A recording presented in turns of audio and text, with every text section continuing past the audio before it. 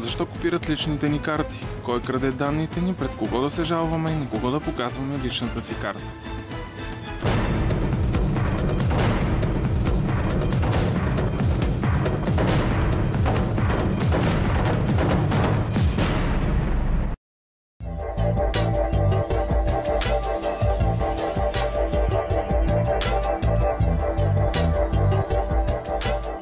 Защитата на личните данни в България де юре изглежда добра. Де факто обаче не е. Много са търговците, които събират лични данни без това да е необходимо. Не са единици онези, които настояват да сканират или копират лични карти. Нашите проучвания сочат, че личните ни данни в общи линии ни ги искат за щяло и нещяло. От това да си попълним, примерно, документи в държавно учреждение до участието ни в томбола в кварталния магазин. Това притеснително ли е? Това е доста притеснително, защото нередки са случаите на злоупотреба. Обикновено се случва така, че получаваме непоискани съобщения, примерно, или пък ги намираме хвърлени в някое кошче за боклук. Имаше такъв случай, една банка беше изхвърлила данните на свои клиенти, без да ги унищожи или заличи по подходящ начин.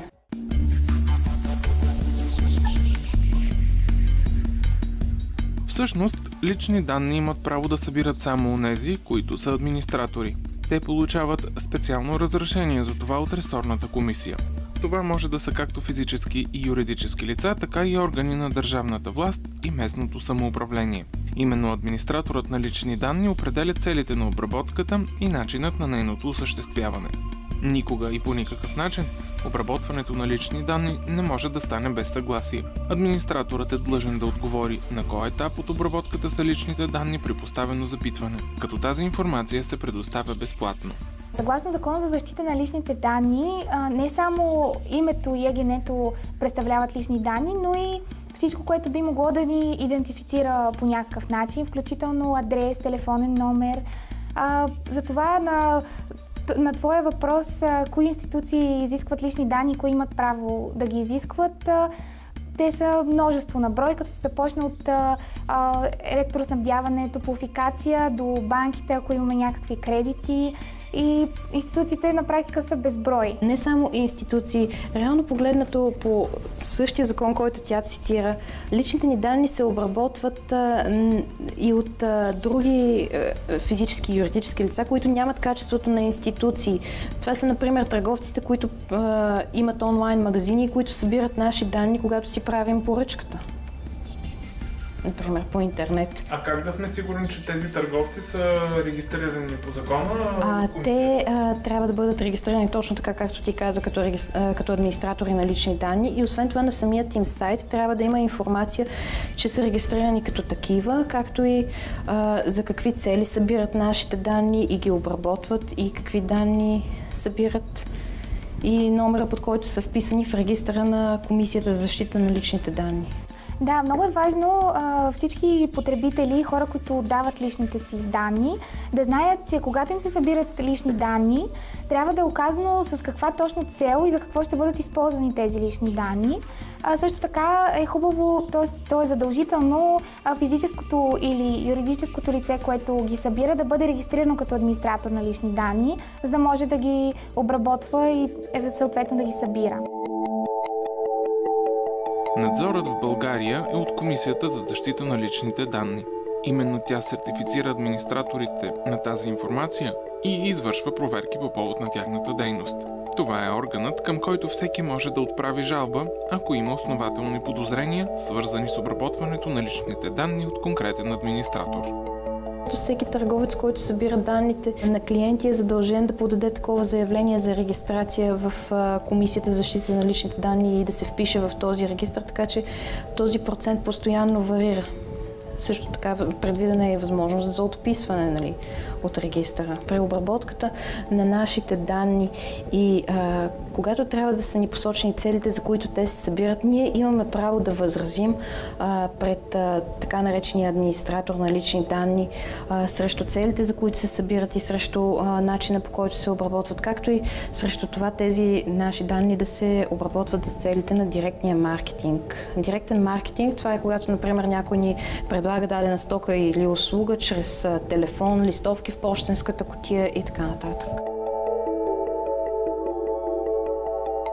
По-добре е, казват запознати, всеки път, когато някой иска лични данни, то да се иска разрешение за това и задължително удостоверяване, че лицето е администратор, законно установен от комисията. Зависи от нас самите. Тоест ние можем да дадем съгласие, нали? Но ако смятаме, че употребата е неправомерна или съществува опасност нашите лични данни да бъдат предоставени на други хора или по отношение на тях да бъде осъществен неправомерен достъп, ние можем да възразим пред администратора на лични данни, т.е. лицето, което ни събира тези данни или което ги обработва. А също така може и да откажем да ги предоставим. Повечето хора смятат, че личните данни са ЕГН и номер на документ за самоличност. В интерес на истината, това е една малка част от базата информация за всеки. Съгласно Закона за защита на лични данни представляват тази информация, която би могла да служи човек да бъде разпознат. Тоест, например, електроснабдяване разполага с личните данни на хората, включително адрес, включително ЕГН, имена, и в този случай всичките тези данни се квалифицират като лични данни. И тук, както Лили вече спомена, бих искала само да добавя, че гражданите могат да разберат и съответно да се обърнат към Комисия за защита на личните данни при злоупотреба, ако, например, без тяхно съгласие и техните лични данни са дадени примерно на банка, която отива и ги оферира за кредити чрез имейл, чрез пощенската кутия, по телефона, а те не са давали своите данни. В този случай най-вероятно те са ги придобили от друго лице, което ги е притежавало.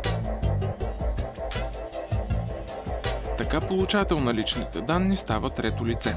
Това понякога е допустимо, но само със специално разрешение. Фирми, чийто бизнес е за събиране на задължения, разполагат с личните данни на клиенти на фирми или институции кредитори. При отстъпването на тази информация не винаги се прави с позволението на потребителите. Когато се подписва договор с банката, най-вероятно ще има клауза, с която лицето, което подписва, ще оправомощи банката или ще даде съгласието си неговите лични данни да бъдат използвани примерно за целите на директния маркетинг или в случай примерно да бъдат предоставени на трети лица. Ако лицето изрично се съгласи в договор, тогава не е нарушение. Но ако то не се е съгласило, но била предоставена възможност да възрази или да покаже, че не е съгласно да му се предостъпват личните данни, тогава има злоупотреба и лицето може да се обърне към Комисията за защита на личните данни. И както вече стана дума, контролът по спазване на законодателството за защита на личните данни е поверен на ресорната комисия. Ефективността му обаче е фактор, който има особено значение. Според нас, Комисията за защита на личните данни е една ефективна и работеща институция. Можем да кажем, че предвидените в закона срокове за произнасяне на комисията са относително кратки и разумни и при добре обосновано искане от страна на лицето може да се очаква, че жалбата му ще бъде разгледана и уважена и съответно ще бъдат взети мерките.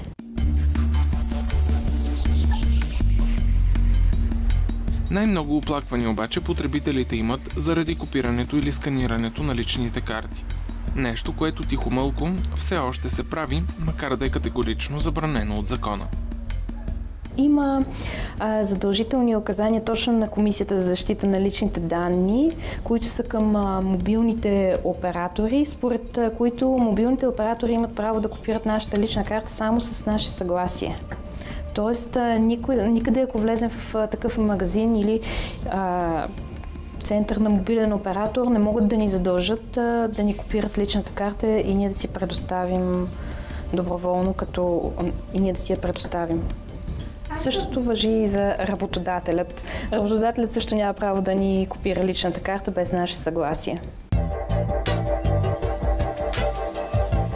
Вече е в ход проучване за това доколко правомерно се използват личните ни данни и колко често някой се опитва да сканира лични карти на потребители. Резултатите се очакват през март. Първоначалните данни са категорични. В най-суров вид не бих искала да ги кажа, тъй като на всеки въпрос средно отговарят по 300 души и в случай, че в момента са отговорили 50, не бих искала на база така по-малко. Най-често се оплакват хората до сега от тези 50 или 100 сигнала, които имате. От какво най-често сигнализират, че смятат, че всъщност личните им данни неправомерно се използват? Основно хората се оплакват от това, че получават непоискани търговски съобщения, като например така наречения спам. Това е когато по телефон или по имейл получаваме съобщения от търговци, на които ние не сме си предоставили имейла. И съответно хората се оплакват, че не знаят как да си защитят правата и как да се предпазят от по-нататъчна злоупотреба.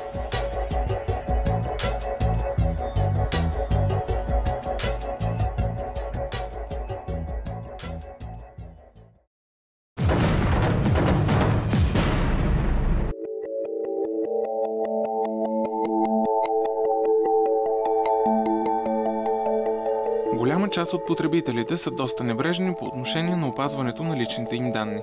Оказва се, че много хора дават личната си карта за всякакви справки. Проучвания показват, че това можело да се случи в малки квартални магазини заради участие в томбола или игра. Част от търговците продължават абсолютно в нарушение на закона да сканират лични карти на потребителите си.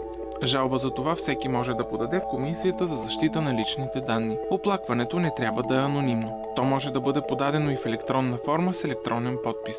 Друга голяма част от хората се оплакват от постоянно атакуване на електронните им пощи с реклами или оферти, които никога не са искали или още повече не са се абонирали. Смятаме, че правата ни са нарушени и че някой злоупотребява с лични данни. Най-често при непоисканите имейли в хедъра има описание на търговеца и кой точно изпраща имейла, като в такъв случай лицето може да се обърне към Комисия за защита на личните данни, да подаде жалба и да поиска съответно този търговец да бъде санкциониран. Най-вероятно същия е регистриран точно като администратор на лични данни, като такъв той има задължение да предостави на комисията информация откъде се е добил с използваните наши данни. Не знам дали сте чували, но има в интернет, предлагат се цели бази данни с имейли на хора, които точно за това се продават, за да им бъдат изпращани оферти и различен вид търговски съобщения. Видно, контролът не е достатъчно добър. Имате ли такива наблюдения и вие? Вероятно, ако примерно се е съгласил да получава търговски съобщения, в такъв случай просто зависи за всеки конкретен случай. Много често се случва хората да не четат условията, с които се съгласяват, когато се абонират с дадена услуга или се регистрират на даден сайт. Една част от оплакванията срещу мобилни оператори са свързани не само с искането от тяхна страна да снимат лична карта, а с ултимативни ситуации, в които ако това не стане, клиентът не получава услуга или продукт. Така потребителят няма избор. Според мен тук е въпрос на личен избор, но по принцип търговец предлага определена оферта. Това, че задължава клиента да му се копира личната карта, определено не е законно, но в такъв случай човека евентуално би могъл да се обърне отново към комисията, в другия случай да се откаже, тъй като той в момента няма друга алтернатива, освен или да я снима, или да се откаже съответно. Банките имат право да сканират или копират личната ни карта, но само при първото посещение. Отскоро потребителите се оплакват, че част от финансовите институции искат при всяко посещение да сканират документа. Банките сканират нашите лични карти, тъй като това е тяхно задължение, което по договорът за кредит е предвидено, т.е. те имат право да използват тези наши лични данни с оглед изпълненията на задълженията ни по кредит. И евентуално, когато този кредит не бъде погасен, предприемането на действия по събирането му. Т.е. за защита на правата на банката, да получи обратно заетата сума. Законът за личните данни ясно пише, че те не могат да бъдат събирани на етнически принцип, религиозни или политически виждания.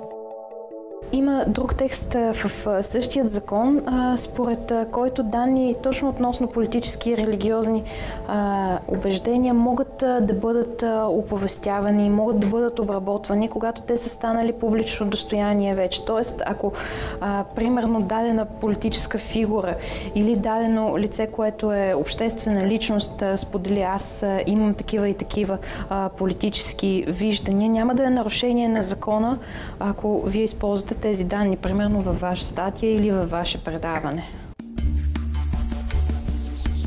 Изключително важно е на кого представяте личните си данни. Това не може да е всеки. Администратор, който да има право да борави с тази информация, е сертифициран само и единствено от ресорната комисия. При регистрацията желащият да стане администратор на лични данни попълва заявление, в което посочва целите, за които ще събира и обработва лични данни, както и обхвата на личните данни, които ще събира, защото не е едно и също какви лични данни се събират. Има и по-сериозни изисквания на комисията и те зависят точно от данните, които ще събира администратора, т.е. да дадем пример конкретен. Ако ще се събират данни, които касаят точно религиозни и политически убеждения, членство в политически организации, данни, които се отнасят до здравословното състояние на лицето, за тях комисията, за тези администратори на лични данни, комисията извършва предварителна проверка и те нямат право да започнат да обработват данни преди да е приключила тази проверка и да са вписани в съответния регистър. Съветът на експертите е документите за самоличност да бъдат съхранявани добре, както и да няма лесен достъп до тях, защото преди време няколко десетки се събудиха с задължения по кредити. Коя част от информацията за себе си трябва да пазим особено внимателно?